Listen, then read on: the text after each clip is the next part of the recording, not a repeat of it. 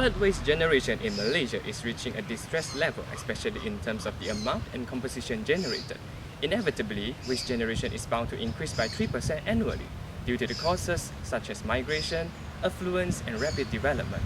But as Malaysia develops, we also find ourselves in the situation of lacking in proper technologies, manpower, land scarcity, and other facilities. Needlessly to emphasize that under these circumstances, we will still need to manage our environment, for this is the only piece of homeland we have.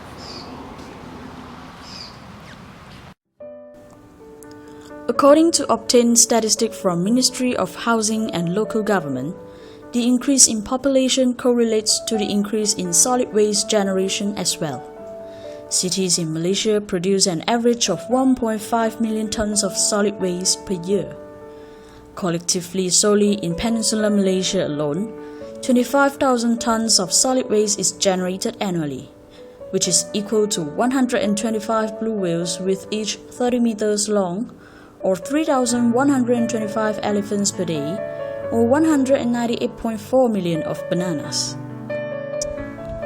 Let's take a look at the solid waste management chain. It has 5 levels in total, starting with generations of solid waste by us, waste collection by the compactors, transportation to dump sites, recovery or treatment, and lastly disposal. Due to the fact that there is too much solid waste generated per year and increasingly more each year it goes, incineration and landfilling are the last resorts to the non-degradable solid waste. Nobody wants the incinerator or landfill yard to be built near to their residential places because all of us are conscious about the health hazards it could cause to us. But can we not build it? This is a dumpster found in an ordinary housing area. Averagely, each household produces around 1 kilogram of solid waste per day. Let's take a look what's inside a garbage bag. The researcher says that 50% of the solid waste is made out of food waste. As you can see here, water, rice, and bread. And the rest of the component, as you can see, they are actually recyclable materials.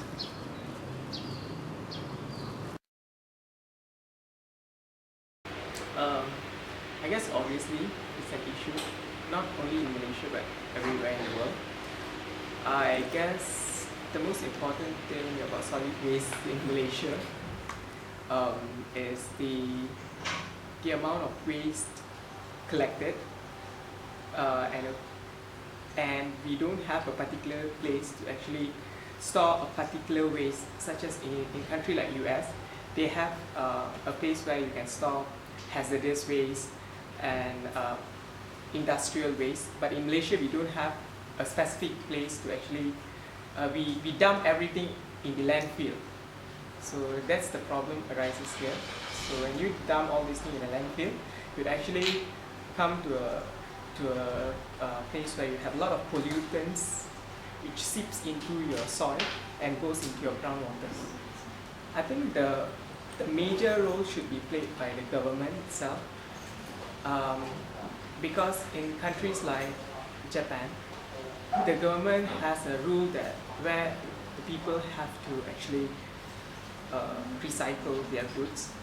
So, and the solid waste is managed in a way that every day there is a schedule where you would actually throw a particular type of waste. Let's say Monday is plastic bottles, Tuesday is canned, Thursday will be like food waste. So in this way, you can actually control the waste which is actually produced and designate the waste to a particular landfill. Personally, I think yes. It's because of our awareness. Okay, it started from a very little thing whereby we just start to litter everywhere for me. You know, so I think it's come from there. So it starts from the people itself.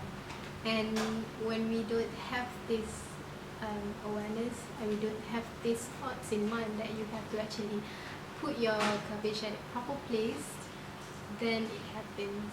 I know it's not like a zero littering, but yeah, it's quite bad. Okay, we heard about the recycle, but how many percent are we actually doing it at home, at workplace and all that? So right here at EcoKnights, we practice the recycle, as you can see at the back. Okay, okay, we can actually categorize through paper, glass, and metal and plastics. Okay, I know that it's easier said than done, but we can actually just take a small step, just put an extra bin or something, all the item that you want to recycle. Because at my place, like Selayang, it's everywhere. I mean, the facility is there. It's either you want to do it or not, for me. So we cannot come up with the excuse that, oh, we don't have facilities and stuff. So it's just isn't an excuse for me. Yes, there is. That means you throw less, people throw less, people recycle more. If every one of us recycle, I mean, an average Malaysian throws out 1.5 to 1.8 kilogram of waste every day. So 1 month you have 30 over kilograms of waste. Times 29 million people is how many? A lot. So if you can reduce your daily throwing habit from 1.8 kilo to 1 kilo, so you don't need more landfills. You can reduce that or maintain that. But at the same time, we are a country where population is also increasing. So like it or not, as every child born today will be a potential waste generator. The minute a baby is born, you're already throwing pampers, correct? Yes. That's more than 1.5 kilo a day.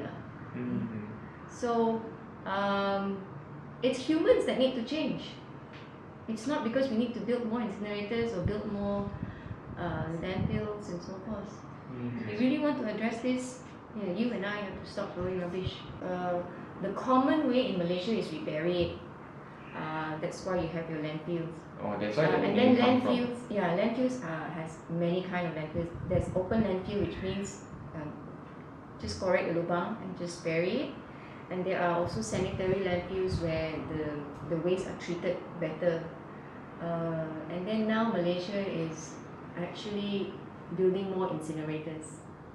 They want to burn their rubbish. There's one in KL, is it? There's one coming up in Damansara, I think. There's a few, I believe Genting also has one. The minister is basically encouraging more Incinerators to be built.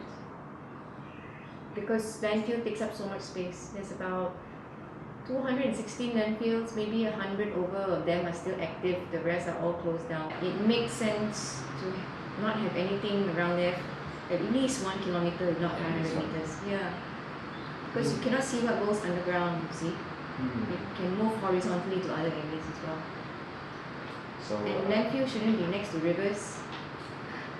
Obviously, because 70% of our drinking water comes from rivers. So technically you shouldn't have, but there are many landfills that are next to rivers. Pollution, leachate, water pollution, air pollution. If you've ever been close to a landfill, it smells really bad. I think these key things. And then that's local impacts. Global impact would be the kind of gases it releases into the air and gets to the planet. Oh, well, it starts immediately a landfill is there because when you have a landfill that just basically buries anything, including food waste and glass and everything, it's very dangerous for health. You see some of the landfills in Cameron Highlands have rats the size of cats because the rats are just super healthy eating all the rubbish of landfill. So it's actually a serious human health problem when you have more landfills and landfills that don't discriminate what rubbish goes in there. And number two, soon Malaysia will face a scarcity in land, and you can tell more people are building houses and apartments and condos.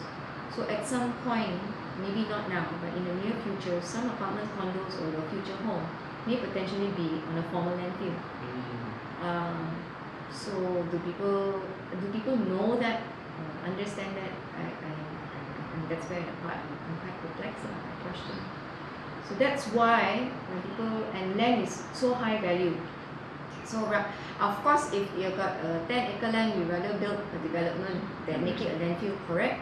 So the value of land, most people, developer would normally use it for commercial purposes. So, but to make it a landfill is quite a waste. So there's also the economic side of it. No, currently, whether you're talking about government or individuals, our existing practices of waste management is not sustainable. The first major impact if it is not sustainable? One, immediately will be there'll be more rubbish everywhere. Number two, we will be building more landfills and incinerators to deal with the amount of waste. And number three, people are not aware that every time, and because we don't separate our waste, we just throw everything in a rubbish and put it in one plastic and throw it away. We actually contribute to global warming and climate change because we throw 40% of the things we throw in our normal daily rubbish is food. And when food degrades in landfill and all that, it releases methane gas. Methane gas is 21 times more dangerous than carbon, and people don't know this. If we continue current ways of dealing with waste and allow, and obviously by 2020 we're going to have more Malaysians. We already have 29 million Malaysians now. It will be a very, very serious problem for the future generation. Number one, I think they should have better enforcement. Like right now, the lorry sampah guy will come and just collect whatever. If you are aware of what's happening in other Western countries, they will not collect your trash if you don't separate your trash. So every home should be separating your plastics, your paper, your bottles, and your food waste. Technically, you shouldn't even throw food waste. If you manage your food correctly at home, there shouldn't be any wastage. Technically, in a very idealistic way. And if there is excessive food waste, most homes should be composting. Which is even something we do in our office right now. It's not really difficult. So in theory, the methodology is there, but in Malaysia specifically, we're not practicing it. So the more waste you throw, I feel the more you should be contributing. So for instance, in some Western countries in Europe, they pay the trash collector to collect the waste. And the heavier it is, the more you pay. So when people have to pay to throw their glass bottle because or cardboard or newspaper, they realize that they are paying too much, and to save more money is to throw out less. So it's a kickback, it's a positive kickback system to people. If you actually have laws that forces them to separate, forces them to think about what they're throwing out, and eventually, technically, the lorry sampah shouldn't even smell that bad because you're not throwing food in it and all that. So that's one approach. I think it's called the polluter pay policy. So the more you pollute, in this case, the more you throw out, the more you pay. It's both ways lah. I mean, there are some very excellent initiatives of the government as well that people don't know about. And it's very easy for someone like you and me to say, hey, government don't provide facilities. When I'm going to ask you, have you ever Googled up where these facilities are? For all you know, it exists, but you never know because if I give you a laptop and Google, you better Google something else than that because it's not important to you. So it's not just, if the government keeps on providing these facilities, but you as a member of the public is ignorant and you don't want to practice it, then it's no point also. So it has to go both ways, and that's why it's very important to ensure our education system enforces it in the school, because it really, really starts from there, day one. The challenges to the government would be, it takes a huge amount of money to manage waste, because every time a lorry sampah comes and takes it to the landfill, it's at least a few hundred ringgit tipping fee, they call it, because at least the local authority pays it. And because we don't pay to throw our trash, so essentially all our rubbish, the cost of throwing rubbish is absorbed by the government. That's why it's easy to wash your hands and say it's the government's fault and all that. So I think the government need to change that system and reverse it and say, if you throw more, you pay more. Just like the polluters pay for the sea. Yeah, it should be like that. And if you don't separate, I'm not going to collect until you learn how to separate, which I think is the easiest thing you can do at home. Because all you do is separate, take it outside. That's it. No one's asking you to send it to a facility. Even that Malaysians cannot do. So I think we deserve the bad air. I think we deserve the poor quality water because we ourselves are to blame. We should stop the blaming the government mentality. The government is doing quite a bit already, but none of you guys know because we don't bother to find out. But again, then we still blame the government. But actually, the biggest culprit is us. Buy less. Buy only when you need it. Buy only items you need. Because people don't know the impact of their purchase on the environment. Buy items that have minimal packaging. Shop your own bag. And I hate to say this is not something new as well, but I think Malaysians in general are so materialistic, or maybe they grow up in this materialistic world that consumerism for them is an indication of their maybe economic status and so forth. So knowing that consumerism impact environment is one thing, but doing something about it is the next step.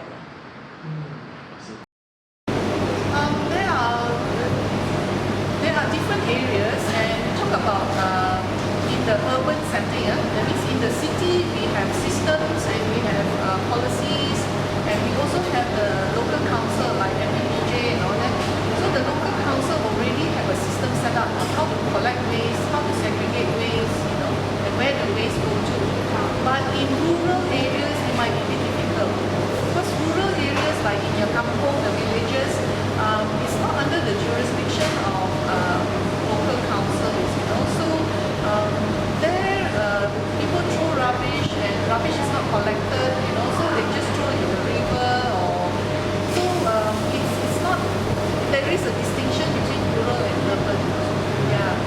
So if you talk about system, it is available in urban areas, but rural areas maybe not available. Yeah. Urban areas, even that is not so. I give an example of Japan.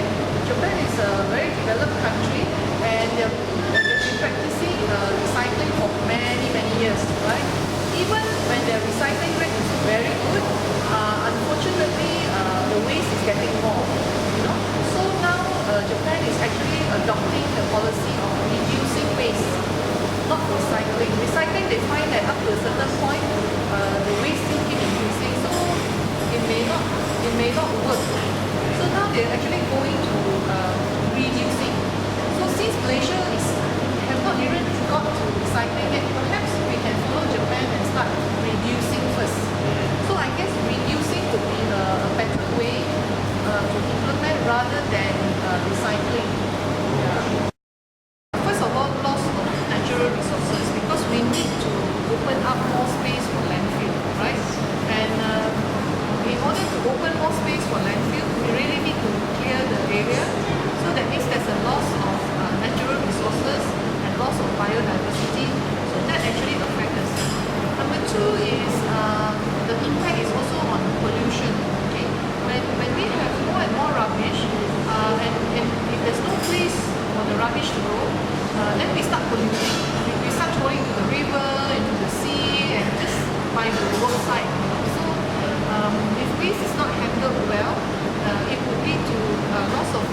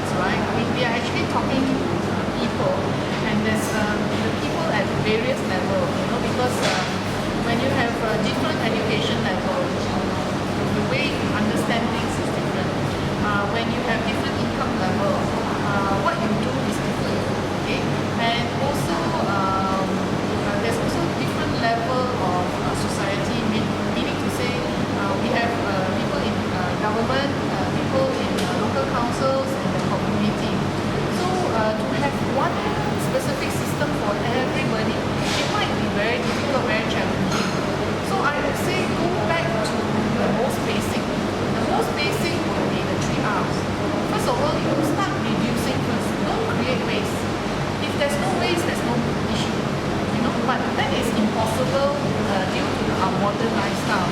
Then maybe we need to examine our modern lifestyle. What is it that we can do? First of all, when we buy, that means when as consumers, when we buy, can we have something in mind that whatever we use will not generate waste? I give you an example. If we were to eat, if you buy food like bananas, after eating, the skin can be thrown away, it's degradable. So maybe we can look for packaging that are degradable. Can we look for products that have less packaging, not so much plastic, not so much styrofoam, you know? So that it will be the first start. So when we buy something, have the end in mind. Yeah? So remember when in Chinese we have bajang, right? After eating, we throw away the packaging. And it's alright because it's degradable, that means it goes back to nature. It's just the modern lifestyle that we're not. When we go to McDonald's, yeah, we have styrofoam boxes, we have cardboard, we have straws. Can we cut down on this? Yeah, so after reducing, the next one would be reusing. Reusing, can we buy things that we can use on a long-term basis that has durability, you know, that we can reuse again and again. So for example, rather than going to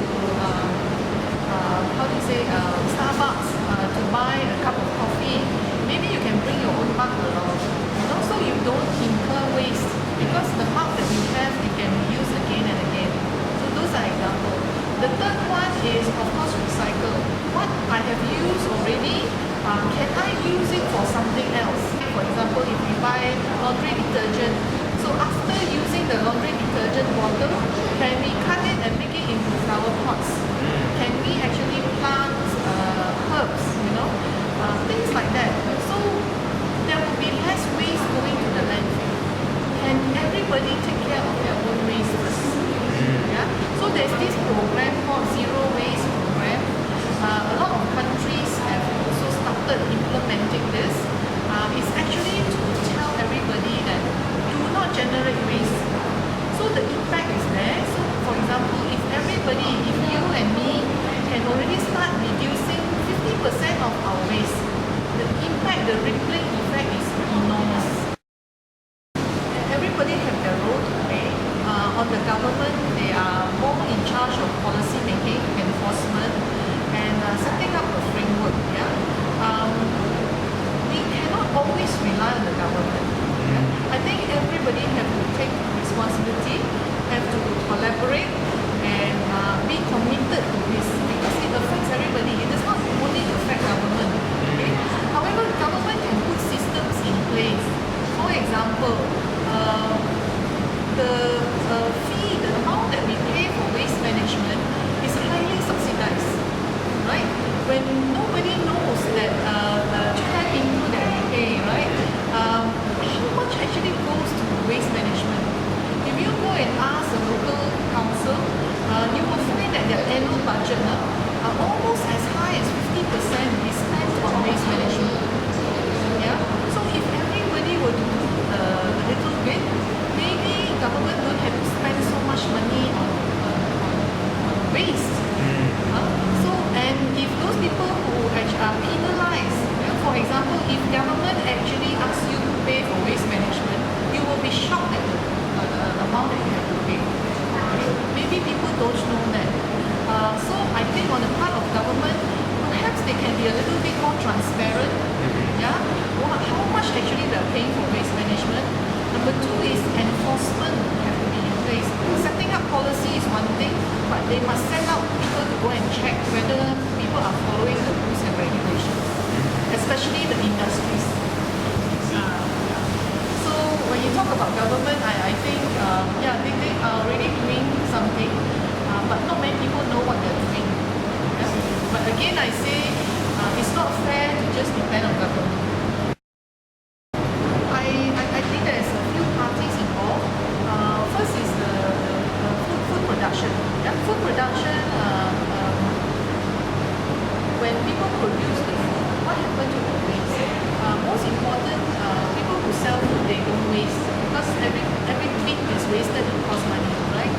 However, there is no segregation of waste. There's not a proper waste management system to help food producers For example, if it's organic waste, you can actually turn organic waste into fertilizers, for example, because they are degradable. However, there are other elements like oil, cooking oil, and after reusing, where does it go? It's not properly managed. That's why it's causing pollution. So people just throw oil down the drain and eventually it ends up in our rivers. Then we talk about consumers of food, okay? Malaysians love to eat. However, we sometimes may be too greedy. So we tend to buy more than we can actually finish. Okay? So that ends up as waste, okay? Which is very sad, okay?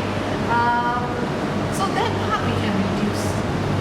That part is not so much of a system or anything. That one is awareness and also lifestyle, behavior, habit, So these are things maybe we need to teach children from young. Again, the education is very important. Yes. But not only education in school, it's education in homes. Okay? Because in my grandmother's time, they have lived through World War II. They are very, frugal on food. They don't waste. It is this generation, we have a lot. Our economy is very blessed, and we have a lot of disposable income, so we buy.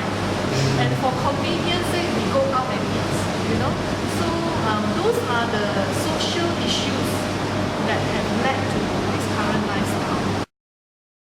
Because even if we have incinerators, if the waste keep increasing, then we have to build more incinerators. So that doesn't stop the problem.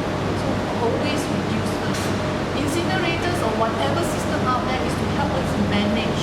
Okay? Just like landfill. We keep pushing waste to landfill, but if we don't stop reducing our waste, we have to open more and more landfill. Incinerators are the same. Okay? In fact, incinerators may have other issues to consider as well. After incinerating, how do we handle the waste? Okay?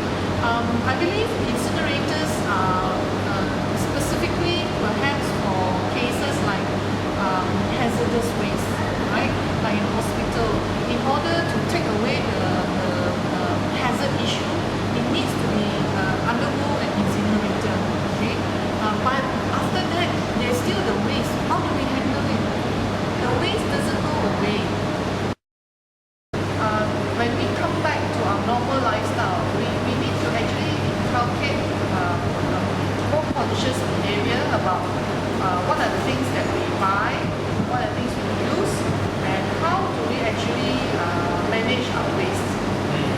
Yeah, so it's a full cycle of our lifestyle.